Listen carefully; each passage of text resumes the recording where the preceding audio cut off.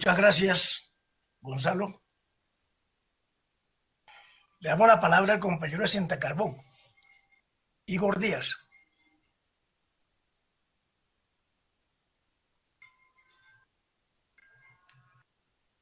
Igor, o el que han escogido los compañeros de Cintra Carbón.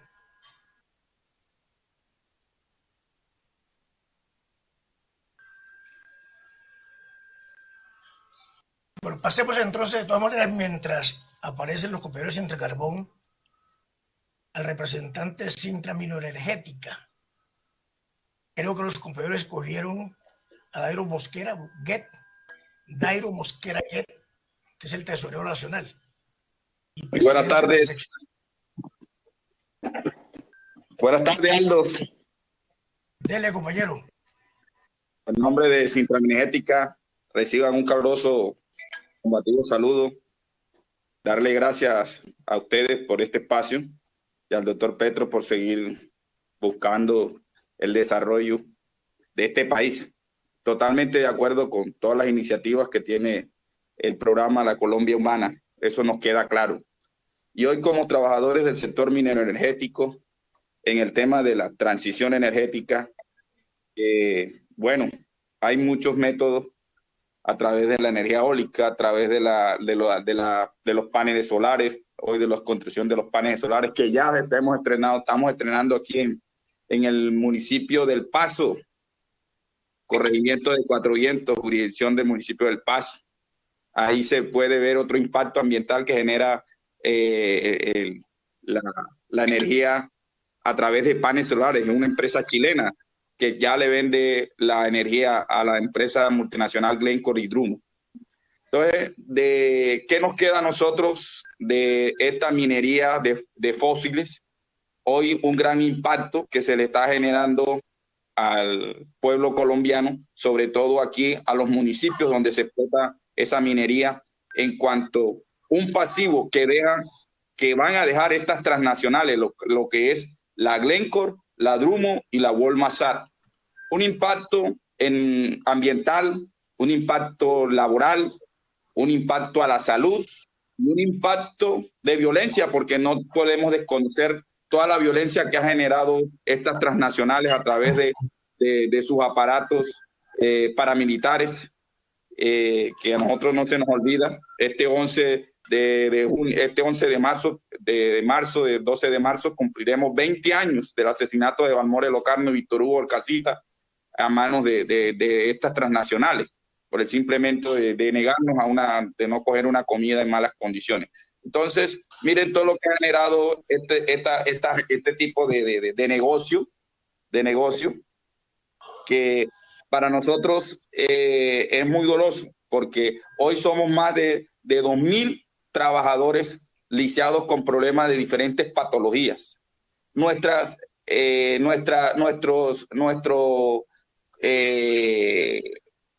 mayor ahínco que hacemos al gobierno y que enfatizamos es que aquí no hay un control por parte del gobierno.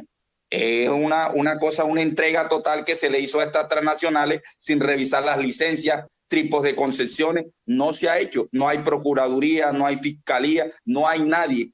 Ellos son los dueños de este país porque se le ha entregado a concesiones por más de 30, 40 años. Miren la línea férrea, nomás la línea férrea.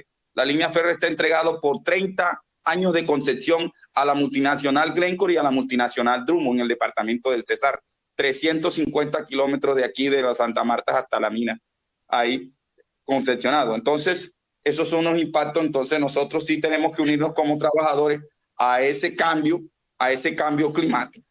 Tenemos que unirnos porque de verdad no nos va a dejar a nosotros vivir en paz. Lo que va a traer más problemas para nuestros municipios y por ende para la nación también, que tendrá que compensar. ¿Será la nación o el Estado completo que tienen que compensar el daño que han hecho estas transnacionales? Porque además el carbón se lo están llevando regalado. $8 el primer contrato de concesión. Entonces eso sí se hace necesario revisar esa situación.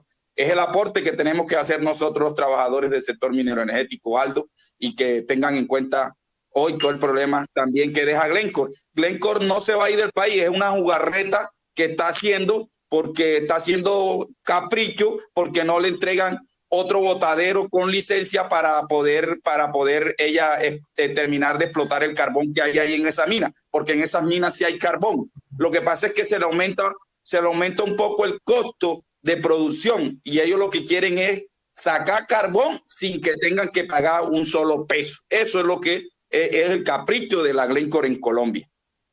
Entonces, gracias compañeros y seguimos ahí aportándole a este movimiento. Muchas gracias, compañero.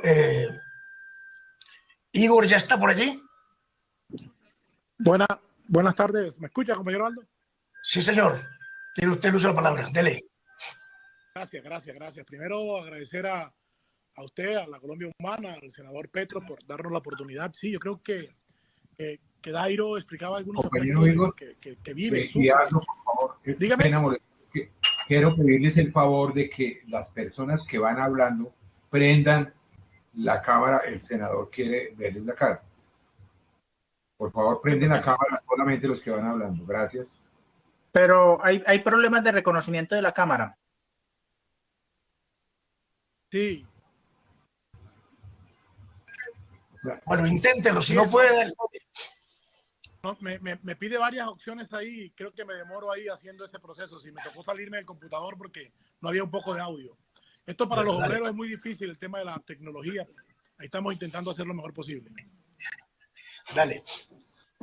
Bueno, decía que agradecía a la Colombia Humana, al senador Petro, al camarada, compañero Aldo, que ha estado muy pendiente a que estemos en este espacio. Yo quiero primero agradecer a nombre de los trabajadores del carbón.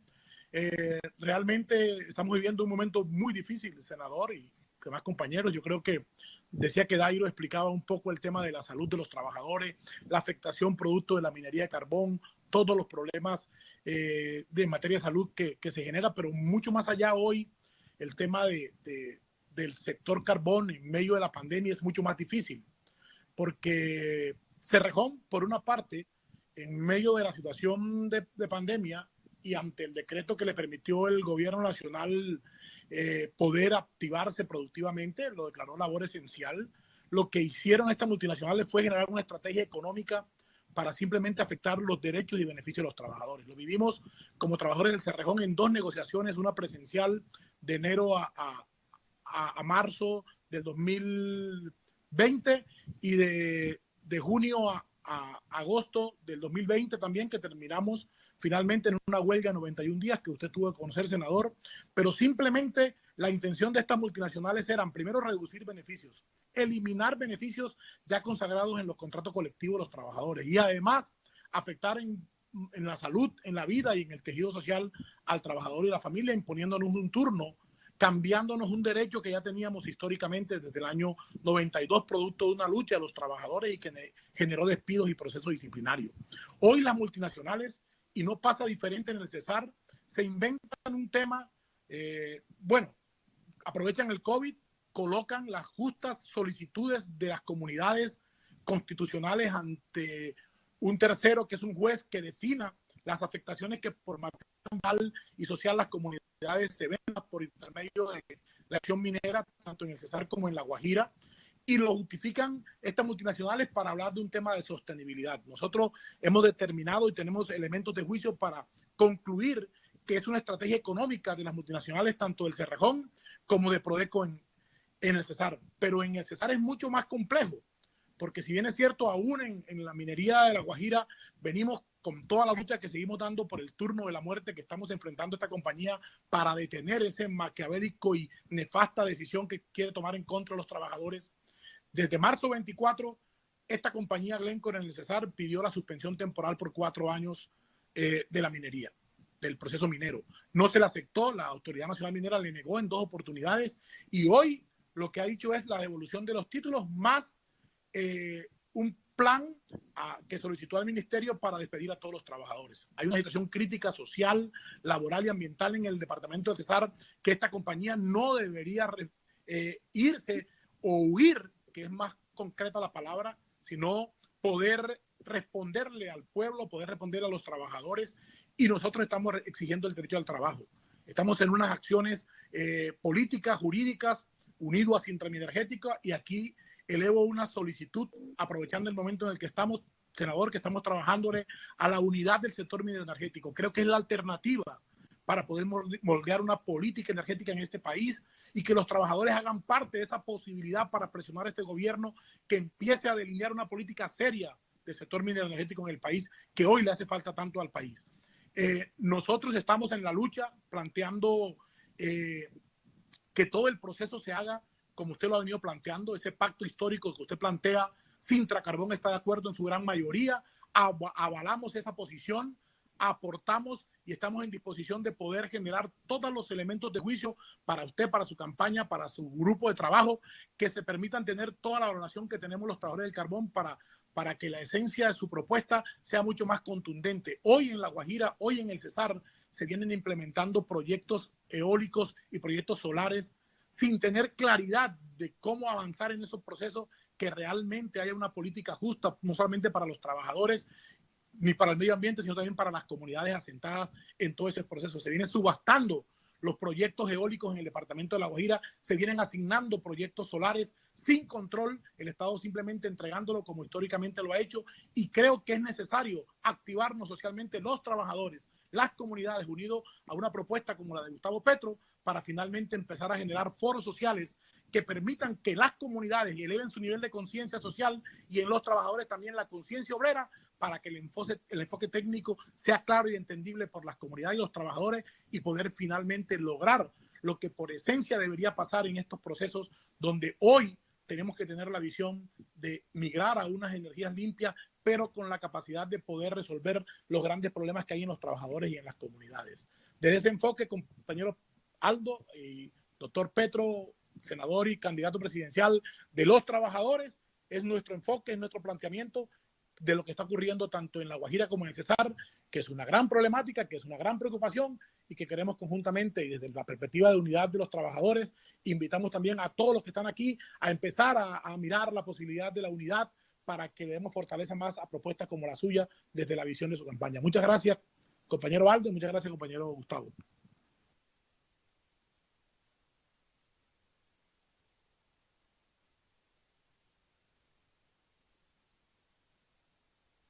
Ustedes escogieron como voceros.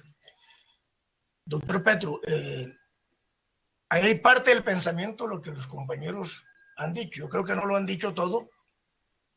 Hay una parte que se enfoca bastante a los trabajadores, pero creo que hay una parte importante que no han tocado, que tiene que ver fundamentalmente con el declive sin pausa de las energías fósiles en el mundo. Y eso no tiene regreso. Y necesitamos es ir como preparándonos para que no nos coja asando mazorcas. Lo que pasa en el Cesar ya sí va a seguir para La Guajira.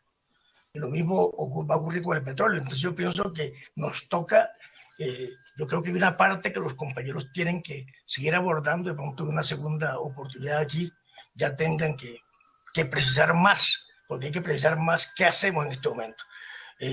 Con lo que ya han dicho, usted creo que puede recoger parte de ello y arrancar. Tiene el uso de la palabra usted, doctor Petro.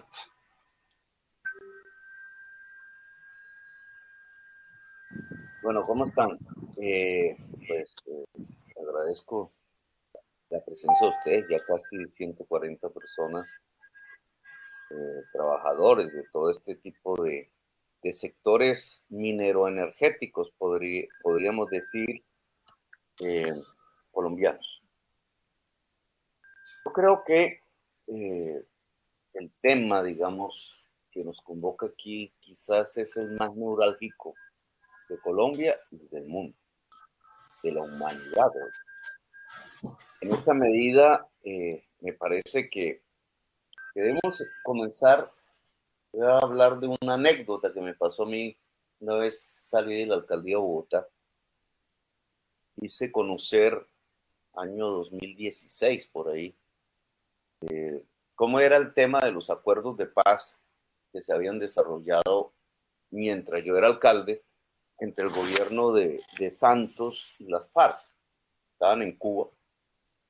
Viajé a Cuba a entrevistarme con la gente que estaba allí, prácticamente toda la comandancia de las FARC en ese momento. y les escuché. Yo llevaba un planteamiento, escuché el de ellos.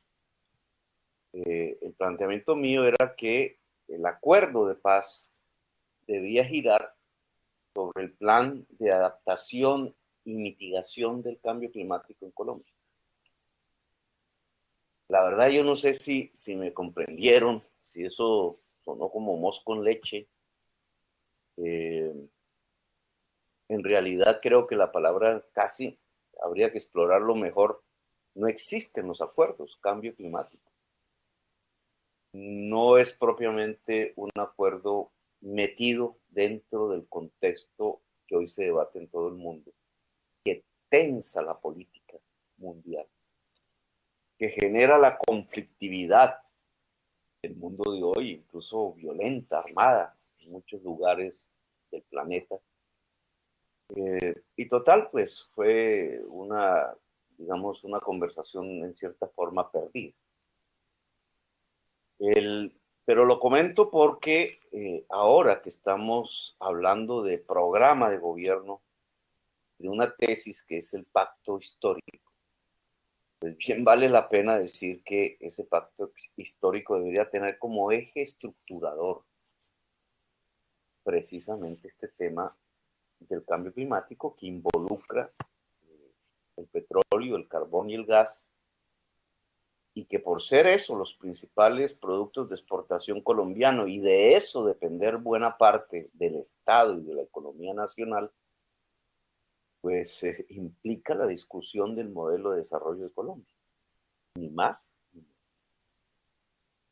menos.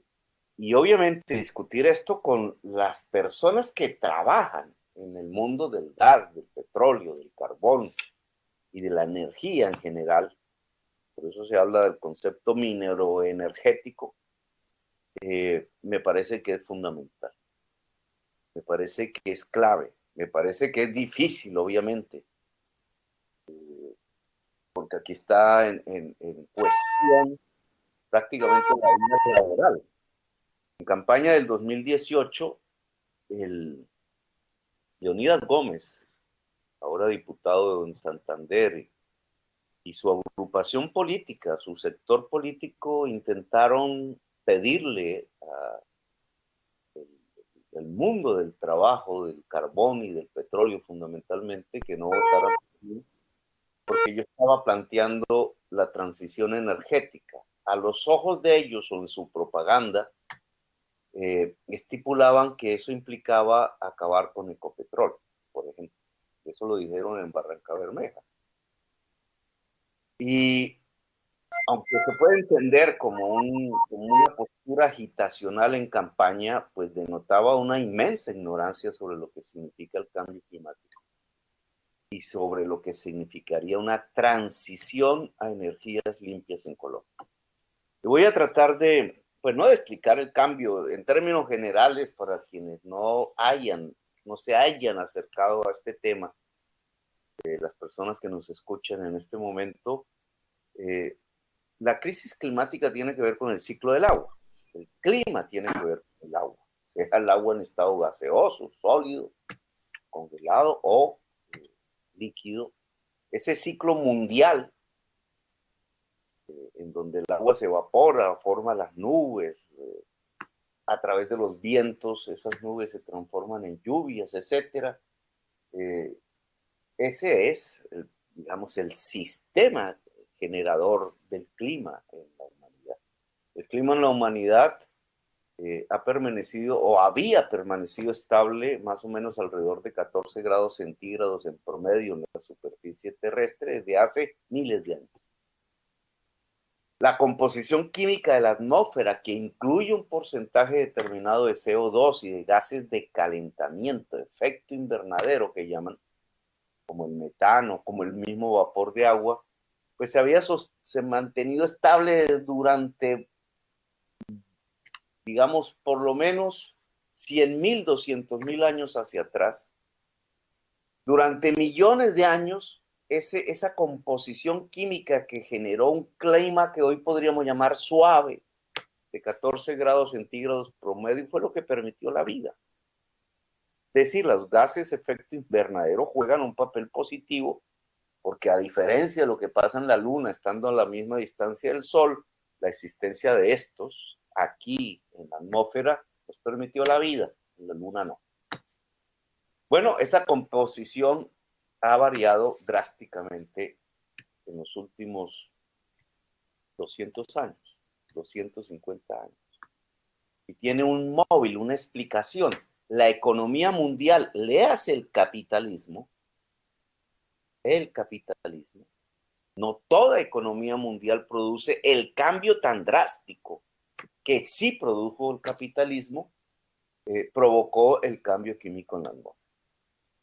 Paulatinamente fue emanando cada vez más gases de efecto invernadero, CO2, metano, vapores de agua, al punto que se calentó mucho más, 1 grado centígrado más, cualquiera diría no es nada, 1 grado centígrado más el promedio de temperatura anual de la superficie terráquea, y eso provoca enormes colapsos.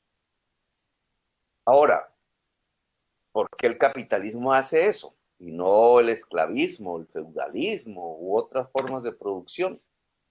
Porque la esencia del capitalismo es la acumulación de capital para ganar más. Entonces hay que acumular más capital. ¿Y qué es el capital? Pues, digámoslo en términos un poco superficiales, es una relación social que permite a quienes tienen el dinero comprar fuerza de trabajo y comprar medios de producción.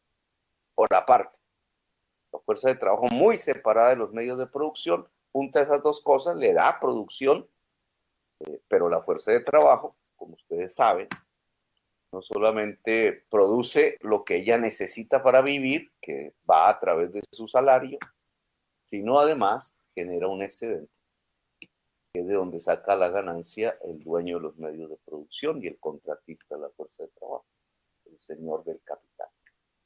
Bueno, entre más mueva fuerza de trabajo, entre más mueva medios de producción, entre más crezca la productividad, más productos saca, tiene que venderlos cada vez más, y como eso tiene unas fuentes energéticas y unas materias primas que derivan en buena parte del carbón, del petróleo y del gas, pues eso tiene una transformación que va a la atmósfera y cambia químicamente esa atmósfera, en el sentido de que aumentan porcentualmente los gases de efecto invernadero y cambia el ciclo del agua.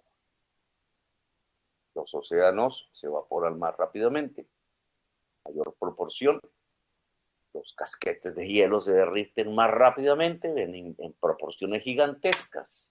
En muchas regiones, dependiendo de su geografía, se evaporan más rápido las aguas que estaban allí. En otras regiones, entonces, caen más rápidamente los aguaceros en mayor cantidad y cambia el clima. Eso es lo que se llama el cambio climático. El cambio climático lo produce, por tanto, la acumulación de capital. Eso no lo habían soñado los neoliberales. Incluso ni siquiera en la izquierda los marxistas lograron preverlo, aunque estuvieron cerca, pero no. Los marxistas lograron ver las leyes de la acumulación del capital. Los neoliberales, tratando de endulzar, de construir una especie de ilusión y de promesa alrededor de la acumulación de capital, generaron una ideología que básicamente piensa que el mercado nos lleva, si se deja actuar libremente, al bienestar humano.